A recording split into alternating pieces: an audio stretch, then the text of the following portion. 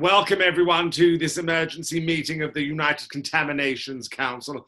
I'd like to extend my personal thanks to all of you for dialing in from your respective carrier homes during these unprecedented times. I'll say it's unprecedented. That dickhead's got us in lockdown. Yes, thank you, Ebola. We'll be getting into Where that. is the prick? Been up scoring chills off every geezer in the street all night, has he? Thinks we can sit around waiting for him all day. I said thank you, Ebola. I recognise it's a difficult time. He has been known to turn up late and then rather dominate the whole conversation. Yes, and I want to talk about how any of us can continue to run an effective operation without being able to travel. I've been isolated in a one-bedroom flat in Burnley for a month. Well, quite, and that's what we're all here to discuss. But nevertheless, we must have order. So if I could ask some of you to refrain from indulging in more virulent outbreaks, to which I know you are prone. You're the OG, mate. Yes, well. Right, we have indeed called this meeting to discuss the hitherto uninterrupted and exceptional behaviours of novel coronavirus COVID-19.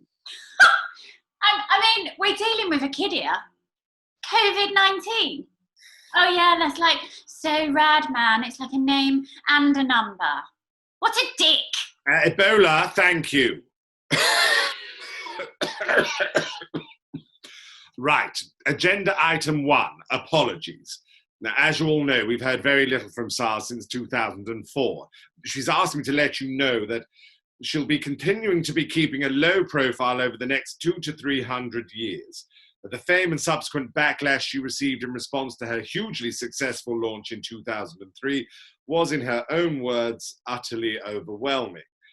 And she can only be thankful that social media wasn't around in those days to exacerbate the issue. Her heart goes out to COVID-19, and she asks that you respect her privacy at this difficult time. And don't reach out to contact her on via Facebook, LinkedIn, Snapchat, Instagram, WhatsApp, Tumblr, Twitter, Weibo, WeChat, Pengyou, QQ, TikTok, or any other platform.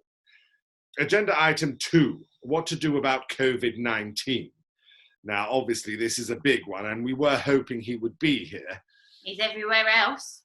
So if we could just go around the room and list our grievances. Aye, Ah, speak of the devil. COVID-19, welcome to the United Contaminations Emergency Summit 2020. We're glad you could join us. It seems you've been quite busy of late. Sorry, are you listening to music? Could you please turn that off? Oh man, this is a banging tune. Okay. Thank you. Right, now as you're probably aware, we as a union have some rather grave concerns about your current behaviour and how it's affecting our global community. I assume you are aware, Mr. COVID. Whoa. COVID-19, brother. COVID-19, of the Treaty of the Infectious Diseases, formed in 1918 between Spanish flu and the ancients. Smallpox, measles, the plague and such. The Treaty of 1918 states that all infectious diseases will work within the bounds of reasonable spread to ensure the continued success of the united group, which it appears you have not been doing. Well, what does that mean? It means you have been a little over-enthusiastic in your approach. It means that by infecting so many people in such a short space of time, you're putting the rest of our operations at risk. means you're fucking ruining it for the rest of us. Whoa. Is she allowed to talk to me like that? Under the circumstances, yes. You need to ease up, sweetheart. Relax. I'm a disease. Diseases infect people. What's the problem? I mean, he does have a point. No, not really. If I learned anything from my dalliance with extremism in the 80s, it's that slow and steady wins the race.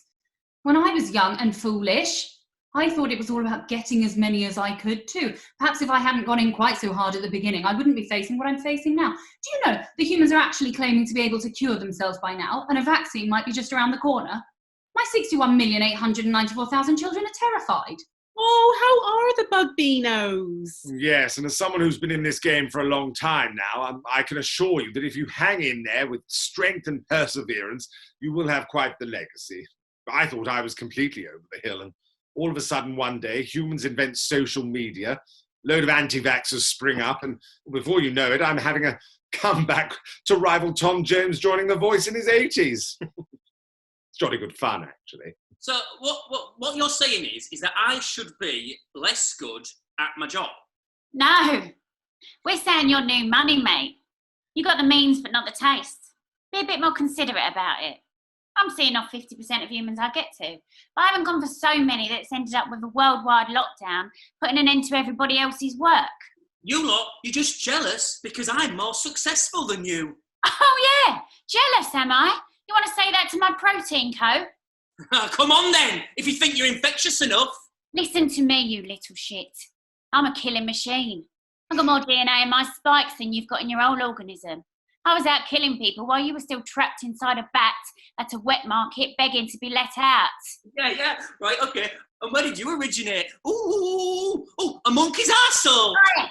My great-granddad worked his way up from jungles to small villages. Had to lay dormant for a century at one point just to survive. He's tackled lockdowns, bodysuits and gel, and he didn't do what he did so cocky little bastards like you could come along and ruin it for the rest of us. Get over yourself, darling. Take a chill pill. If anyone's going to be taking a chill pill, mate, it's you. It took them 40 years to see off polio. They'll have you done by next year. Oh, will they? Yeah. Will they? Yes. Don't Yes, think man, so. they will. You're unacceptable. You've got to stop doing what you're doing. I'm telling you. Enough, I say! That's quite enough. I will not have my council descending into anarchy. We are not autoimmune deficiencies, for God's sake. Oh man, you are just an old fuddy-duddy, and I bet you still get excited, don't you, about winter and about travelling around in people's handkerchiefs. Now, that is not very nice, and there's nothing wrong with a nice snug hanky. Yes, well, I might be a little long in the tooth, but unfortunately for you, I'm running the council, and I've called this meeting to decide what to do with you. Now, on the basis you've broken every one of the edicts from the 1918 treaty... No, what? How did I? 1. Viruses will not travel across more than 4 continents within the space of 6 months. I got the travel bug, what can I say? 2. Viruses active in multiple geographies will keep their death rate below the statutory 3%.